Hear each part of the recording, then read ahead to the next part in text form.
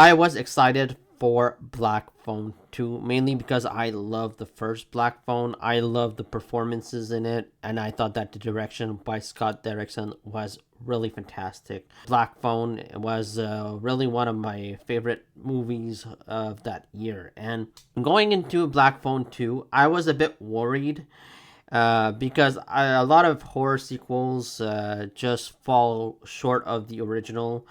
It happened with Sinister, another Scott Derrickson film. Scott Derrickson did come back for Sinister 2, but the sequel was just god awful, and you just didn't need it, especially after how great the first Sinister one was. And here I was afraid that Black Phone 2 would get sort of the same treatment. And I enjoyed the previews for what I saw, and I understood that this was sort of the Nightmare on Elm Street take on this franchise.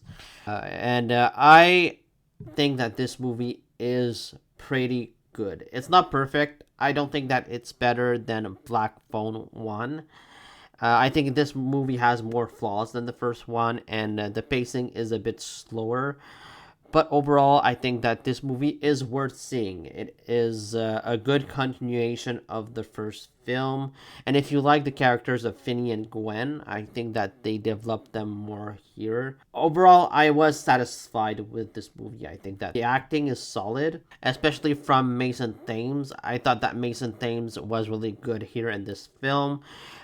He is still suffering from his experiences with the grabber. He is very different from at the end of the first Black Phone movie. He was more confident then, but it seems that the experiences have taken its toll on him, and he wants to forget it, and he wants to forget the grabber, but he just can't, and it's sort of taking over his life.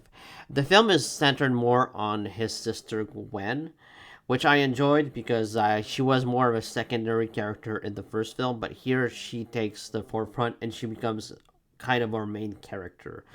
And I liked everything that they did with Gwen. I thought that the actress, Madelaine Mcgraw, did a fantastic job here with the character. She was really great, and I loved her and all of the nightmare sequences with her. I thought that the nightmare sequences were really well done in this movie. They were thrilling, they were chilling, and they felt kind of original, and I appreciated that. Ethan Hawke comes back as the grabber, and he has an important role in this movie. He isn't like the main actor of the film, but he has an important role, and I enjoyed Ethan Hawke in this film. We don't see his face much. We see the mask more, and I think that it's effective. Like, he is an interesting character and an interesting villain, and I really enjoyed Ethan Hawke in this movie. Jeremie Davies comes back, and I like what they did with the father here, and I enjoyed all of it. I thought that the character work here was well done, and the dream sequences were well done as well. Where I think the movie sort of fails is, I think, well, first, it feels like a ripoff of Nightmare on Elm Street. It really is the same thing. It's like familiar ground. While it is well done in the movie, you can't help but think of Nightmare on Elm Street when you watch it. I don't know if that's a negative or a positive. I think it depends on the person. For me, it's more of a positive than a negative. I also saw like bits of The Shining in there, as well as Friday the 13th.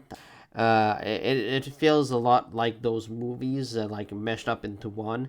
The story is sometimes convoluted. You don't really know the rules of the grabber, and I think that it hurts the film because in Nightmare on Elm Street, we clearly had a rule set up for Freddy. We knew what he could and couldn't do, but here it's a bit murky what the grabber can and it can't do, and you don't really get an explanation as to why he can't do these things. Like, is the camp haunted? I guess. I would have liked to have seen more of the spirits as well. In this film, we get them a little bit, but not as much as in the first Black Phone film, which I think was a bit disappointing. And also, like, a lot of people don't seem very cold in this movie. It feels like they shot this thing like during the summertime and the snow is artificial because people do not seem cold. Some people fall into the water, the freezing water, and they come back and they're just fine. They don't seem to be affected by the cold at all. I don't know. Some things were just off, and some of the dialogue isn't all that great. I'd say like the dialogue here is fine, but it's not like amazing dialogue. It's just okay. I'd give this movie a solid B. I think it's well worth going to see in theaters. I just don't think that it's better than the first Black Phone film, to be quite honest with you. But it is a solid good time, and it is a really effective horror film. I want to talk a bit spoilers here in this section of the video. I don't love that they made the grabber the one that killed Finney's and Gwen's mother. I think that feels a bit forced in the sequel. I understand why they did it, but I just didn't need this connection. I could have just done without it, and I feel like it was a better idea to have their mom like just commit suicide because of the dreams. I don't know. I just don't love the connection, and I like how they made the camp sort of a Camp Crystal Lake, and that the grabber started killing people there. I thought that was an interesting take on this movie, but like I said, we just don't know how and why these souls can come back at this camp. And it was the same thing with the first Black Phone too. I understand that, but I just maybe would have liked a little more explanation. And here's one other thing. There were no deaths in this movie, except for the people that were already dead. None of the main characters died, and I feel like that was such a bummer. You could have killed the dad. You could have killed maybe Finney. I understand if they didn't want to kill the kids, but like at least kill somebody off. Maybe the boyfriend or something like that. It would have made it more of an impact. Like in Nightmare on Elm Street, people die all the time, and here I was kind of bummed out that nobody died. That said, like it was great the way the grabber died.